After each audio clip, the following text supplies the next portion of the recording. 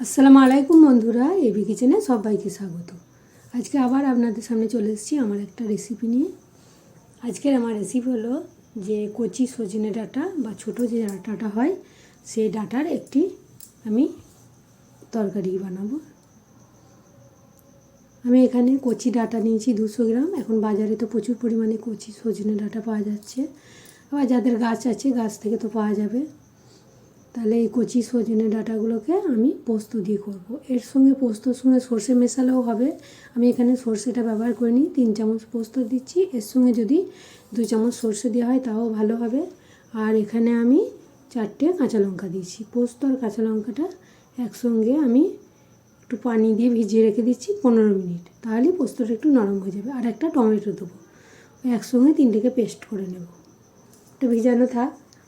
আমি কচি সজনে ডাঁটাগুলো কেটে দিচ্ছি। এর তো খোলা ছিলতে হবে না, কারণ কচি খুবই নরম। ওই জন্য আমি এই বোটার কাজগুলো আর ডগের কাজগুলো কেটে বাদ দিয়ে দেবো।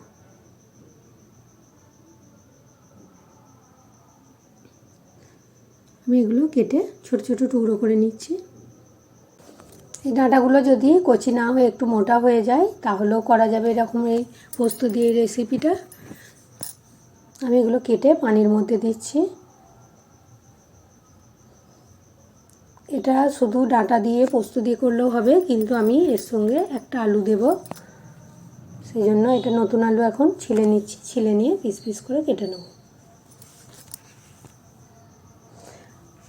আমার ভিডিওটা যারা দেখছেন তাহলে সবাইকে অনুরোধ রইল আমার চ্যানেলটায় একটা লাইক দেবেন, এবং ভালো লাগলে বেশি বেশি করে বন্ধুবান্ধবদের সঙ্গে শেয়ার করবেন, এবং কমেন্ট করে জানাবেন কেমন লেগেছে। আবার এরপরে কোন ভিডিও দেখতে চান সেটাও জানাবেন কমেন্টে। আর যারা নতুন বন্ধু তাদেরকে অবশ্যই সাবস্ক্রাইব করার অনুরোধ রইল। পাশে বেল আইকনটা আছে, সেটা টাচ করে দেবেন, তাহলে যখনই আমি নিত্য নতুন ভিডিও ছাড়বো আপনাদের কাছে নোটিফিকেশান চলে যাবে। আলুগুলো আমার পিস করে কাটা হয়ে গেছে, এগুলো পানিতে দিয়ে দেব, দিয়ে ধুয়ে নিয়েছি। কড়াই আমি তেল দিয়েছি, তেলটা ভালো করে গরম হয়ে গেছে। আলুগুলোকে ভেজে নেব।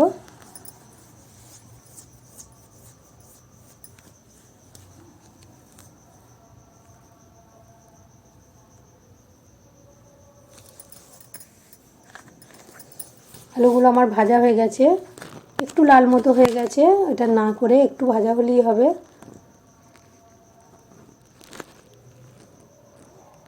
এবারে ওই তেলে আমি সাদা জিরে ফোড়ন দিলাম, হাফ চামচ সাদা জিরে দিয়েছি। এর বদলে কালো জিরে দিলেও চলবে। আর পোস্ত, কাঁচা লঙ্কা, টমেটোর যে পেস্টটা ছিল ওটাকে দিয়ে কিছুক্ষণ কষিয়ে নেব।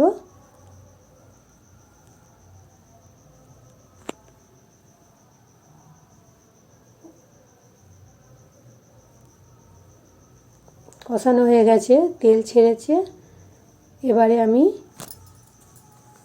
একটু লঙ্কা গুঁড়ো দিয়েছি, হলুদ দিলেও হবে। আমি পোস্তয় হলুদটা দিই না, যারা হলুদ পছন্দ করেন অবশ্যই হলুদ দেবেন। আর পোস্ত ধোয়া বাটিটা একটু পানি দিয়ে দিলাম, আর অল্প করে লবণ দিলাম।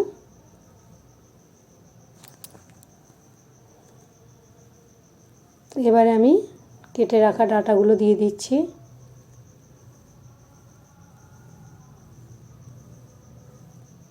এগুলোকে কষিয়ে নিয়ে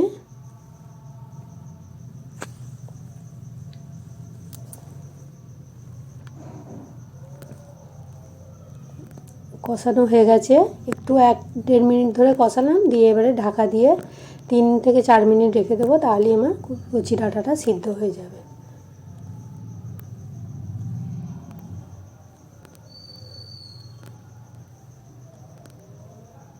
ডাঁটাটা আমার সিদ্ধ হয়ে গেছে। কচি ডাঁটা বেশিক্ষণ সিদ্ধ হতে সময় লাগবে না। এবারে ভেজে রাখা আলুগুলো দিয়ে দিচ্ছি। ওগুলোকে দিয়ে বেশ একটু মিশিয়ে নেব ভালো করে একসঙ্গে সব।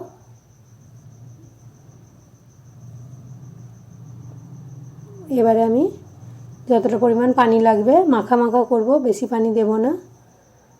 পানি দিয়ে ঢাকা দিয়ে ফুটতে দিলাম। গ্যাসের ফ্লেমটা লো করে দিয়েছি।